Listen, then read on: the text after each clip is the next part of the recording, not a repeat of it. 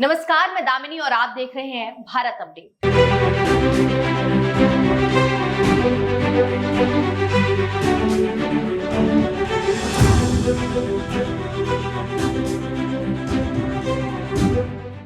गांधी मैदान आज फिर गवाह बना एक ऐसे पल का जिसे बिहार ने कई बार देखा है, लेकिन हर बार उसकी गूंज अलग होती है।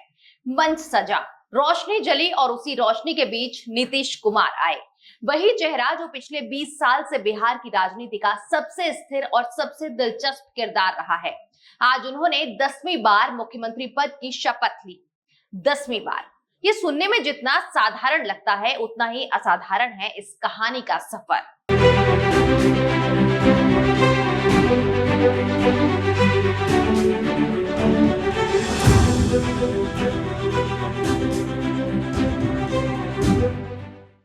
कहानी शुरू होती है 2005 से। वो समय जब बिहार थक गया था, टूट गया था और बदलना चाहता था। 24 नवंबर 2005 को नीतीश पहली बार स्थायी मुख्यमंत्री बने। लोगों में उम्मीद थी और शक भी, लेकिन शुरुआत में जो बदलाव दिखे उन्होंने नीतीश का नाम सीधे जनता की उम्मीदों से जोड़ दिया। सड़कें बनने लगी, साइकिल योजना से लड़कियों की पढ़ाई का माहौल बदला, पुलिस व्यवस्था में सुधार की बातें गांव-गांव तक पहुंची। उसी दौर ने नीतीश को सुशासन बाबू बनाया और उनकी राजनीति को एक ठोस पहचान दी। लेकिन हर कहानी की तरह ये कहानी भी सीधी रेखा नहीं है। इसमें मोड़ है, तेज, अप्रत्याशित और कई बार चौंका देने वाले। कभी बीजेपी का दामन थामा, फिर महागठबंधन में चले गए, फिर अलग हुए और फिर वापस आए और फिर नया समीकरण रचा।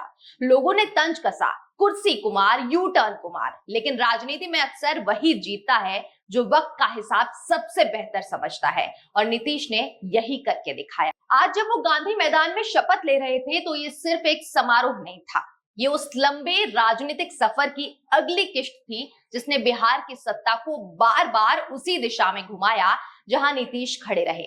दिल्ली के बड़े नेताओं की मौजूदगी ने इस शपथ को सिर्फ पटना की राजनीति तक सीमित नहीं रहने दिया।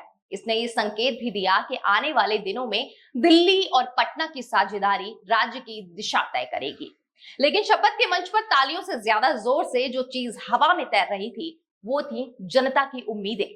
बिहार बेरोजगारी से जूझ रहा है, इंफ्रास्ट्रक्चर के अधूरे वादे हैं, स्वास्थ्य और शिक्षा को मजबूती चाहिए और सामाजिक समीकरणों को संभालना भी आसान नहीं है।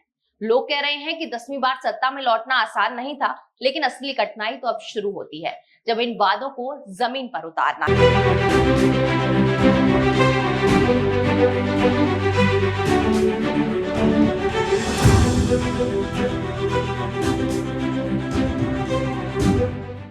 इस सबके बीच नीतीश की कहानी एक खास वजह से अलग लगती है, क्योंकि वो सिर्फ एक नेता नहीं है, वो बिहार का वो राजनीतिक चरित्र है जिसकी मौजूदगी से ही राज्य की राजनीति संतुलित दिखाई देती है।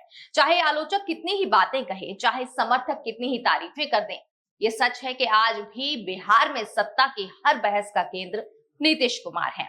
और इसीलिए आज की ये शपथ सिर्फ एक संख्या नहीं है, ये एक यात्रा का नया अध्याय है। एक ऐसी यात्रा जो 2005 से शुरू हुई, कई मोड़ लेती हुई यहां तक पहुंची और अब एक बार फिर बिहार को नई दिशा देने का दावा कर रही है।